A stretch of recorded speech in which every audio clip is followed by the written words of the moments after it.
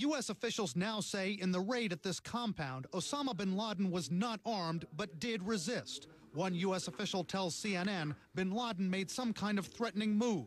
Other stunning details are emerging on what U.S. Special Forces encountered as they moved room to room.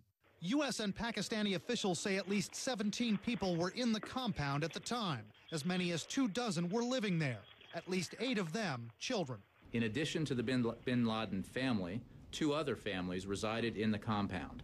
One family on the first floor of the bin Laden building and one family in a second building. Bin Laden and his family were found on the second and third floor of the building. A U.S. official tells CNN there were no armed guards around the compound. It's believed the brothers living there were trying to keep a low profile.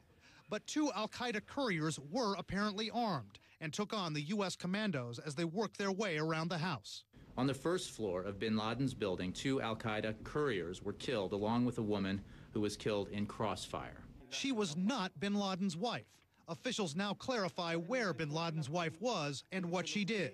In the room with bin Laden, bin Laden's wife, rushed the U.S. assaulter and was shot in the leg but not killed. Bin Laden was then shot and killed. A U.S. official says one of bin Laden's sons was also killed, but it's not clear which one.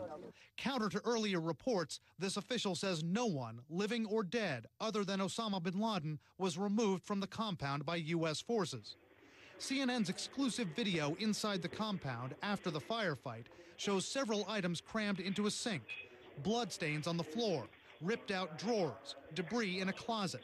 I asked CNN contributor Tom Fuentes, a former FBI assistant director who also served in Iraq, about preparations for this kind of assault. You've led SWAT teams. You've been in these pre-assault briefings. What do they tell you about civilians who may be, collateral there? Well, you're hoping you have the best intelligence possible as to how many innocents might be present, how many are in there.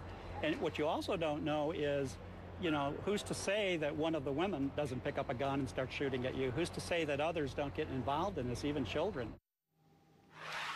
U.S. officials say when it was over, the non-combatants were moved to a safe location. Wolf. A lot of them are children, so where are they now? Do we know? The Pakistani Foreign Ministry says members of bin Laden's family who were inside the compound are now what they call in safe hands, that some in need of medical care are being treated in the best facilities. You would imagine that maybe some of those kids might need some psychological treatment, but Pakistani officials also say that some of these people are going to be handed over to their countries of origin. That's their policy.